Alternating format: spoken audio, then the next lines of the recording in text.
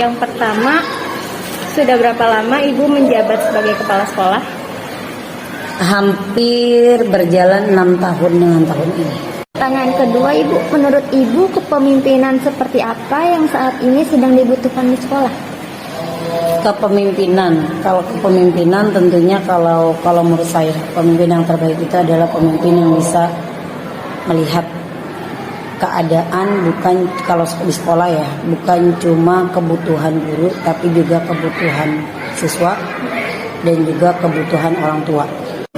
Nah, insya Allah ketika kita sudah mengetahui 3 kebutuhan itu, insya Allah sekolah akan sesuai dengan kemauan daripada masyarakat. Apa peran Ibu sebagai pemimpin atau kepala sekolah dalam meningkatkan kinerja guru di sekolah ini? Kepala sekolah itu ada tugasnya itu ada 3 ya, manajerial, kewirausahaan, dan supervisi. Dimana yang utama adalah manajerial.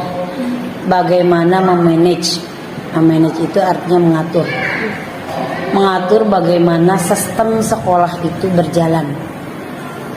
Karena jika sistem satu aja jomplang, itu maka sekolah akan berjalan seperti orang manusia pincang. Keempat, sebagai seorang kepala sekolah, apakah Ibu menyusun program supervisi? Bagaimana perencanaan supervisi yang Ibu buat? Supervisi itu tentunya ketika raker sudah saya sosialisasikan kepada guru-guru kapan supervisi itu saya lakukan, gitu, karena memang supervisi ini penting untuk guru-guru. Nanti yang tadi bagaimana kinerja guru itu terus membaik, bagaimana guru itu terus meningkatkan yang namanya kualitas dirinya. Tapi dengan supervisi ini kita bukan cuma meningkatkan kualitas guru, tapi juga membangun bagaimana seorang guru itu jangan menuntut uang, tapi ketika dia memberikan kualitas dirinya yang terbaik, maka Allah nanti akan. Baik Ibu, untuk pertanyaan yang terakhir, apakah perencanaan supervisi yang Ibu buat bisa dilaksanakan dan bagaimana pelaksanaan supervisi akademik terhadap guru? Supervisi itu diadakan setahun 2 kali, gitu. Karena kenapa setahun 2 kali? Karena untuk memaksimalkan penilaian. Guru juga terkadang harus kita nilai, karena apa? Karena jikalau kepala sekolah tidak pernah melakukan supervisi, maka guru itu akan mengajar seenaknya. Bagaimana kemampuan kepala sekolah dalam memimpin sekolah Al-Hikmah? Ya, oke, saya coba bantu jawab ya. Saya sebagai guru di sini melihat kepemimpinan kepala sekolah itu cukup baik, gitu ya. Beliau orang yang sangat tanggap terhadap segala permasalahan yang terjadi. Kemudian beliau juga orang yang sangat aktif berkomunikasi kepada para guru dan juga karyawan baik secara langsung maupun tidak langsung. Gitu. Selanjutnya, pertanyaan kedua, bagaimana kepala sekolah dalam menerapkan kepemimpinan dalam proses pengambilan keputusan? Ya, jadi selama yang saya mengenal dan saya alami bersama dengan teman-teman, beliau ketika mengambil keputusan itu selalu